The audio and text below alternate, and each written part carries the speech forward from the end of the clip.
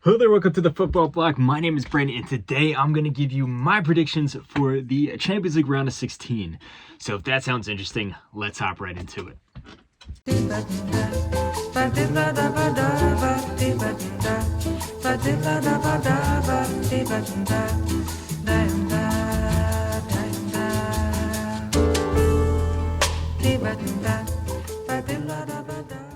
So the Champions League knockout rounds are officially here. We have 16 teams left before we get closer to crowning the Kings of Europe for the year of 2026. We have some pretty exciting matchups on their way here. I'm going to give you an overview of each of these games, talk about how each team lines up against each other, and of course, a score prediction for who will go through to the quarterfinals. So without further ado, let's start off with our first game. So the first matchup that we have going here is Galatasaray versus Liverpool. Both of these teams had two very different paths up to this point. Galatasaray had to go through to the knockout rounds. They shocked Juventus there in that playoff. And to get to the knockout rounds, Liverpool had a pretty safe ride where they qualified directly through in the top 8 in the league phase there.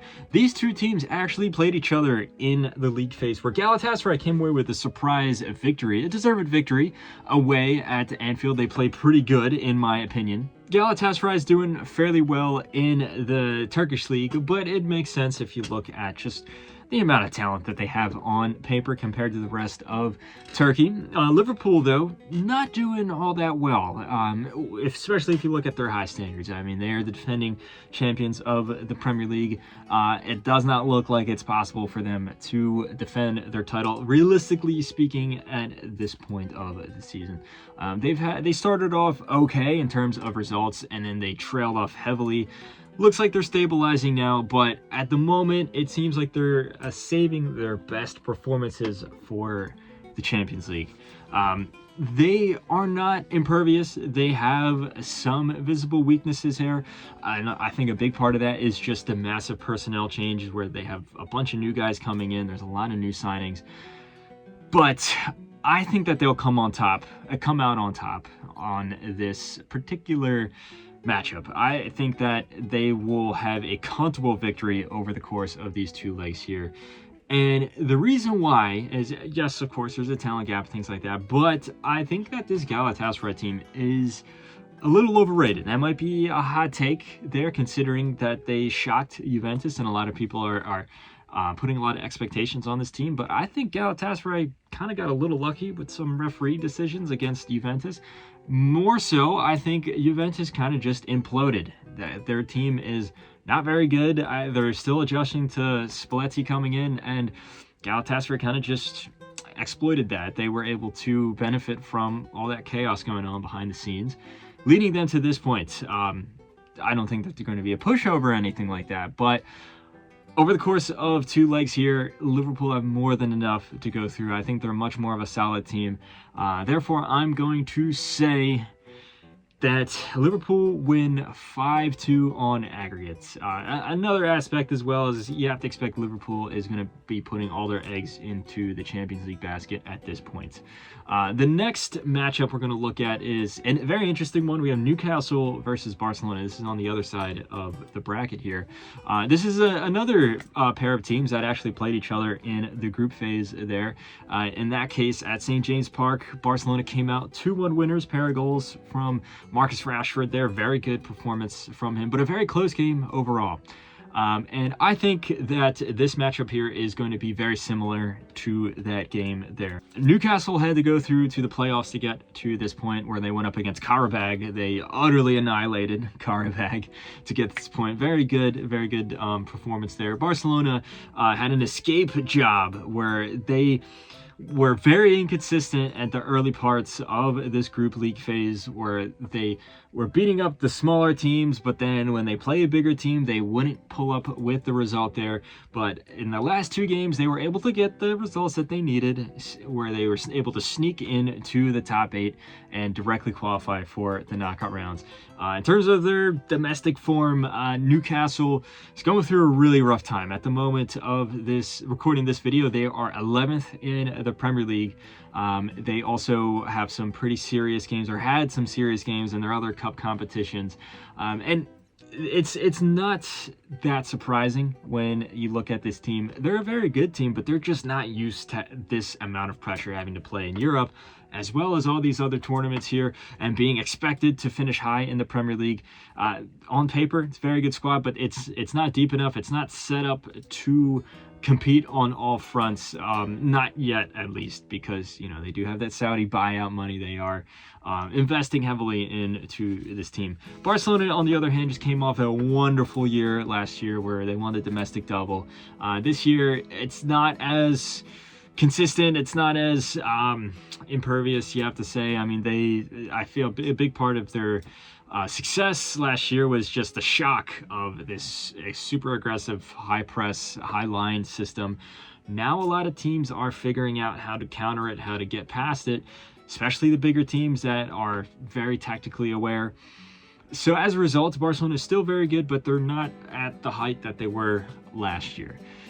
That being said, I think they have enough to defeat Newcastle, especially when you just factor in the intense fatigue that Newcastle have right now. They have an insane schedule in the Premier League, in the other cup competitions. They're playing all these big teams left and right. Now you add 2 legs of a quarterfinal, or excuse me, round of 16 Champions League tie against Barcelona.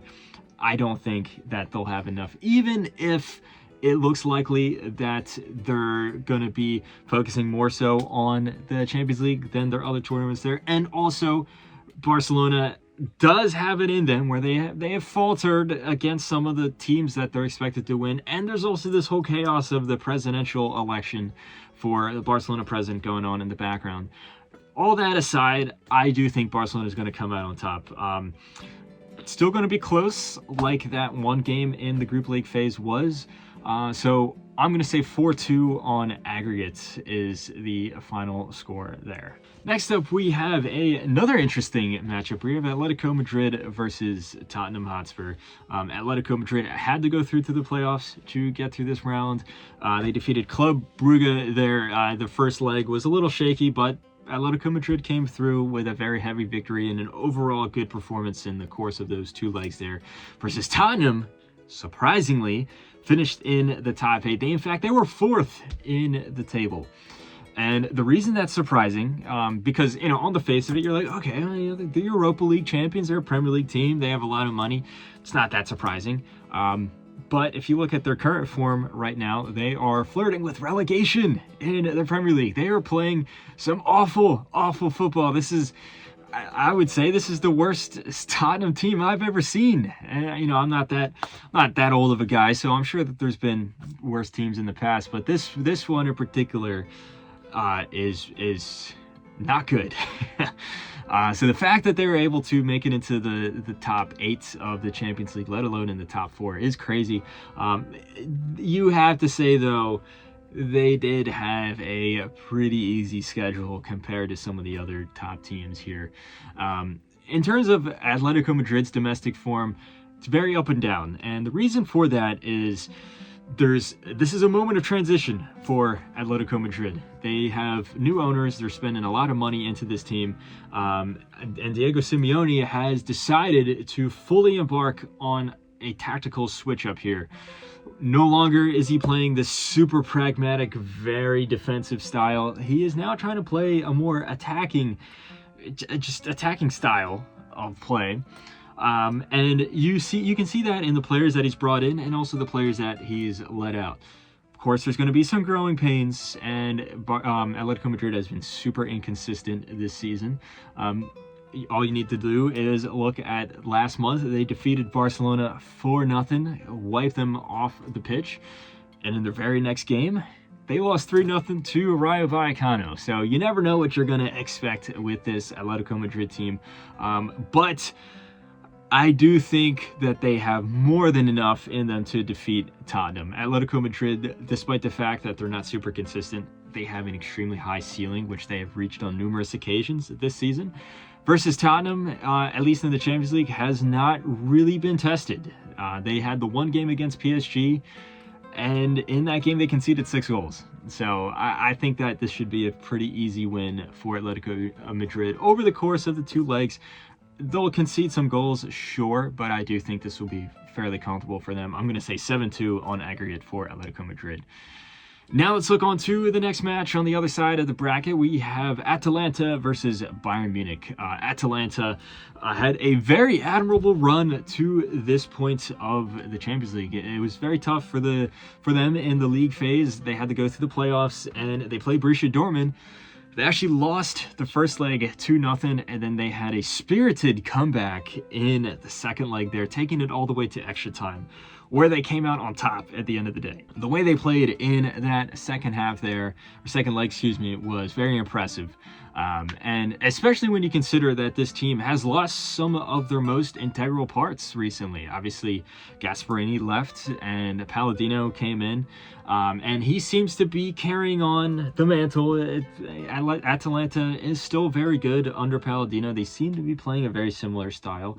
But then in the January transfer window, they also lost Ademola Lookman, who at the time was, in my opinion, their most dangerous player. And it looks like Atalanta's still doing pretty good without him. They're doing fairly well in Serie A. They're not really in title contention or anything like that. But, it looks like they have a European place. It's a realistic goal. On the flip side, you have Bayern Munich. And, they don't really need much of an introduction. One of the best teams of all time. One of the best teams in Champions League history. And, they are still dominating the Bundesliga. Not really much of a challenge for any of the other teams. But I will say, this Bayern team looked to be a step above where they were last season.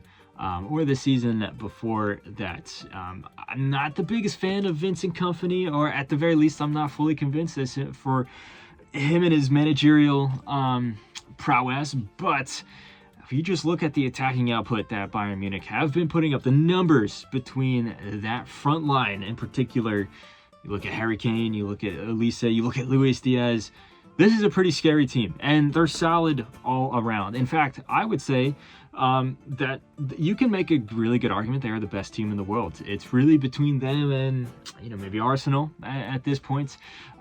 They are, I would say, just compared to the recent history to Arsenal, the other best team in the world, Bayern have to be at this point the favorites to win the Champions League.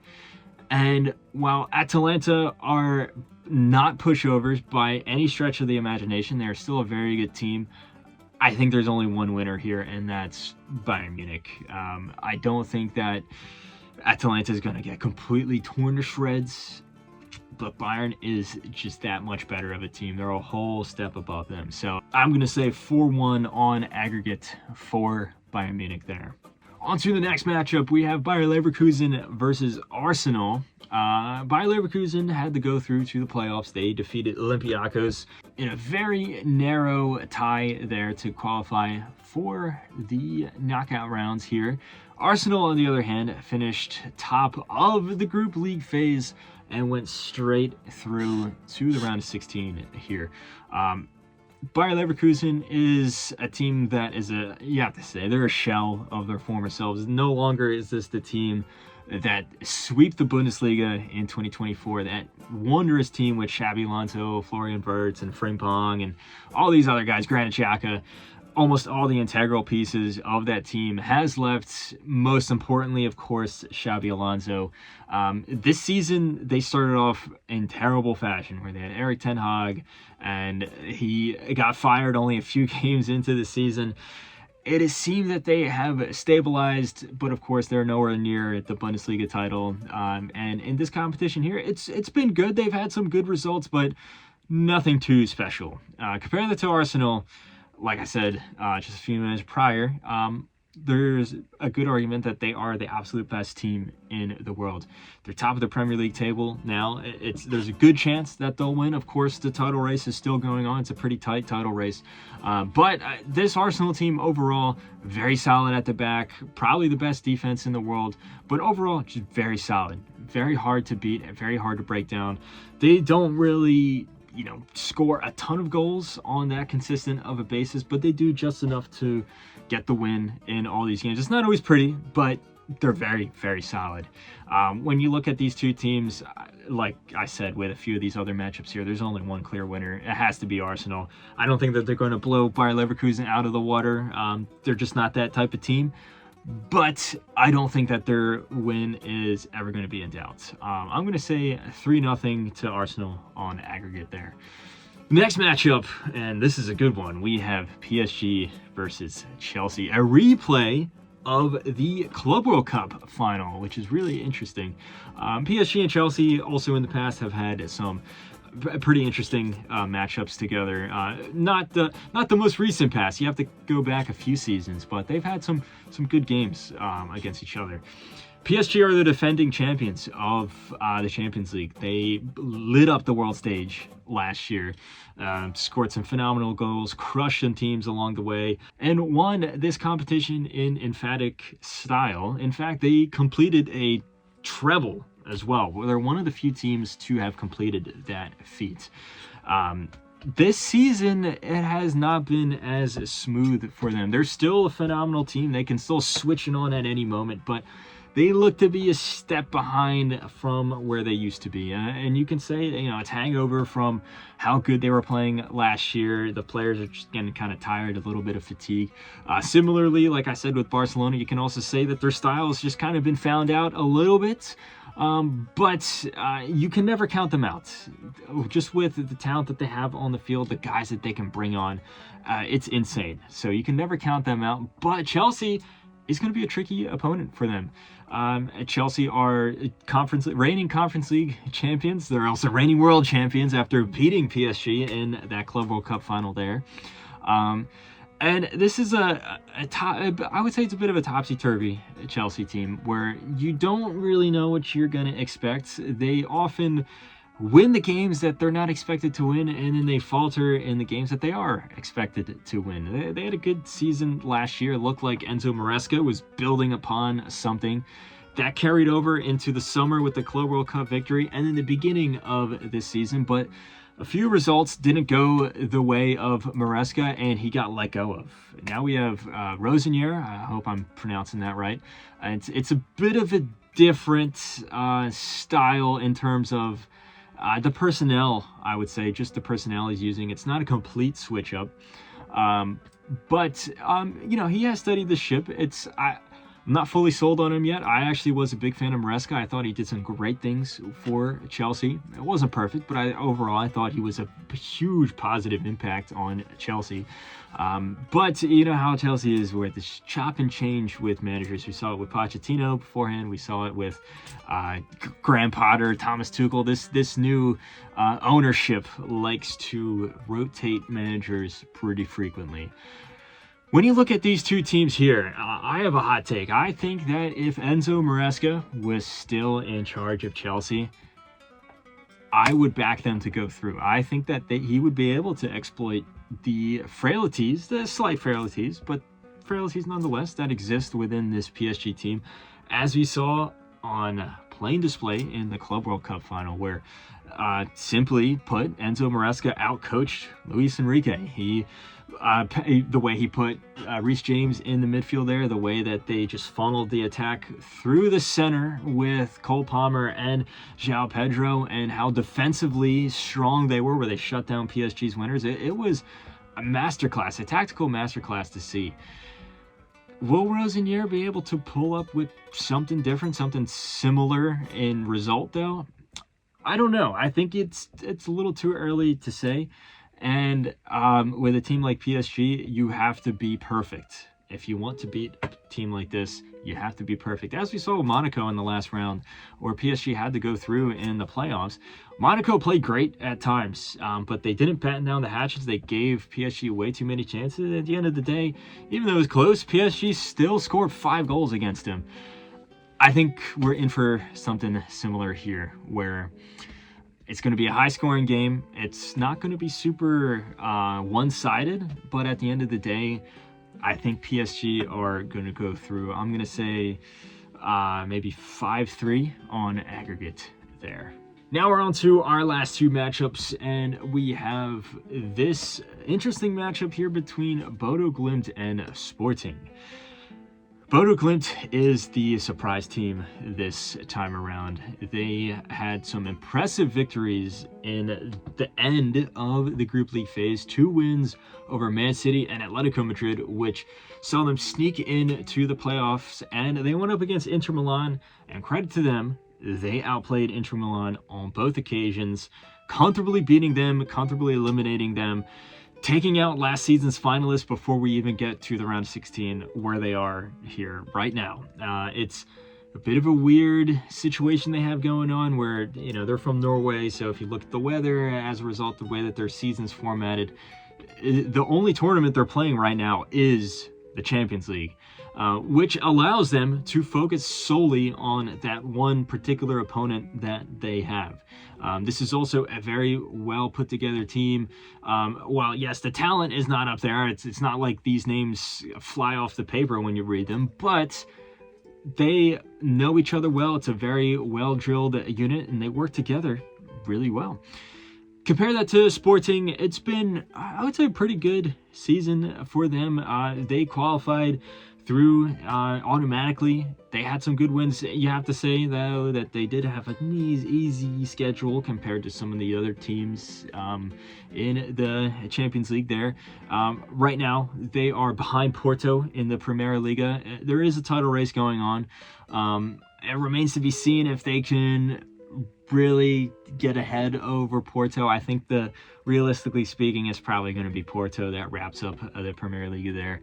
But still, this is an opportunity that they have to go through to the Champions League quarterfinals. But I think that the momentum that Bodo Glimt have might actually be the difference maker here. These are 2 teams where Sporting is the more talented team. But as we've seen, it's not like Bodo Glimt have a completely, garbage team. They're not one of these minnows that people expected them to be. If this was a bigger team, I would probably lean towards them. But just, you have to say the fatigue, the pressure now that's being put onto Bodo Glimt, but it's not. It's not a giant. It's not one of the giants from Europe's top 5 leagues or something like that. They don't have a world-class player for the most part in their squad. So I think the fairy tale continues. I'm going to say Bodo Glimt go through. I think it'll be fairly close to. I'm going to say 3-2 on aggregate. Now let's look on to the last matchup we have here, and it's possibly the most exciting one, at least on paper. You have Real Madrid versus Manchester City. These 2 teams have played each other for the past several seasons. I'm trying to think off the top of my head how many seasons in a row we've seen it. Last year they played each other in the playoffs. 2024 it was the quarterfinals. 2023 semifinals. 2022 semifinals. 2021 is the last time that they didn't play each other, and yet they did play each other in the 2020 Champions League, funnily enough. So we've seen this matchup over and over and over again. I have to say, though, it's not as exciting as it was, say, 2 years ago, 3 years ago, because both of these teams aren't as good as they used to be. At one point, for the course of maybe 2-3 years, Real Madrid and Manchester City were by far the 2 best teams in the world, at least in the Champions League, you have to say. That's not the case anymore. I mean, they're still very good teams, but there's more polarity nowadays. Real Madrid has had a very strange season. They started off with Xabi Alonso coming in brand new after Carlo Ancelotti left. he tried to switch up the squad, tried to impose his own tactical mindset onto this team. And it wasn't perfect, but you can kind of see what he was trying to do. But after a string of some poor results towards the end of 2025, and then that loss to Barcelona in the Super Cup final, some say he got sacked, some say that he left on, mutual decision. But either way, he was gone. And Arbeloa came in as interim manager there, and he's kind of steadied the ship, and some things have improved, but some pertinent issues remain. The things that have improved, I would say, is the form of, say, Vinny Jr., who was playing terrible under Xabi Alonso. But some of the major issues, such as how poor their defense is and how they just give up so many chances each game, that still persists, and that's still a very huge concern. They're still in the title race in La Liga. That's going to be very tough on them. They're still going to be fighting for that. They're no longer in the Copa del Rey, but they will be juggling both the league title and the Champions League. And it's getting pretty tight at the top of the La Liga table there. So it's Barcelona has the advantage, in my opinion, but it's still very close. So that might take their minds off of things here. But at the end of the day, you do have to say, this is Real Madrid. This tournament is their bread and butter. It seems that they win the Champions League more so than they win La Liga these days. Compare that to Manchester City, and this is also a strange season for Manchester City, but for very different reasons. Last year, they had an awful year. It looked like they just had a huge burnout after winning title after title after title. But Pep has tried to completely revamp this team. There's a whole bunch of new personnel coming in and a whole bunch of guys leaving. And some have been very hit or miss. If you look at a guy like Semenyo, for example, who just came in, he hit the ground running. He's playing phenomenal. But if you look at a guy like, say, Savinho or, Marmouche, not very good at all. And then there's some guys which are kind of in the middle. Reinders, very up and down. Some great games. Other games is invisible. As a result, Pep has had to completely change the tactics, change the style of his teams, as he's done before. What's very interesting about this Man City team is their formation. They play like a 4-2-2-2.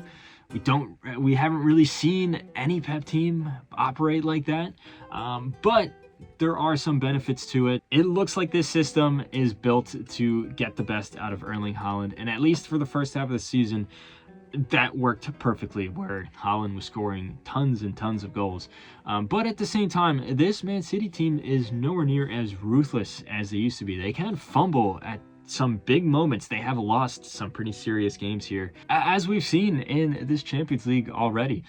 They are also in the title race, and it's also very close at the top of the Premier League table there. I think Arsenal has a bit of an advantage, and I think they probably will pull through at the end of the day, but it's not a done deal. Man City's still going to be chasing, but just like with Real Madrid, will that distract from this tie here? It is very possible. So as a result, when you look at these two teams against each other, it's going to be close, and while these two teams aren't at their best, it's still going to be an exciting matchup. You're still going to see a lot of world-class players going up against each other. You have to say, for Manchester City, there's some of these guys, this might be their last run with this team. And with Real Madrid, there's a lot of new players coming in. It's not a lot of familiar faces in this matchup here. I am going to lead with Manchester City. You can say I'm biased because I'm a Barcelona fan, yeah, whatever, but I think that the poor defense Real Madrid have can't be ignored. That just the way that they hemorrhage so many chances game after game. When you go up against a guy like, say, Erling Haaland, even if the rest of the team is not performing to their best, I think that's a recipe for disaster if you're a Real Madrid fan. I think it's going to be close. I think both teams are going to be scoring a bunch of goals against each other. You can say the same about Man City's defense with a guy like Mbappe, for example, but I think Man City's defense is much better than Real Madrid. So as a result, I'm going with Manchester City here. I'm going to say 5-4 on aggregate there. So anyway, guys, that has been my predictions for the Champions League round of 16. I'm going to say that at the end of the day, it's going to be Liverpool, Barcelona, Atletico Madrid, Bayern Munich, Arsenal, PSG, Bodo Glimt, and Manchester City all heading through to the quarterfinals. Let me know if you agree, if you disagree.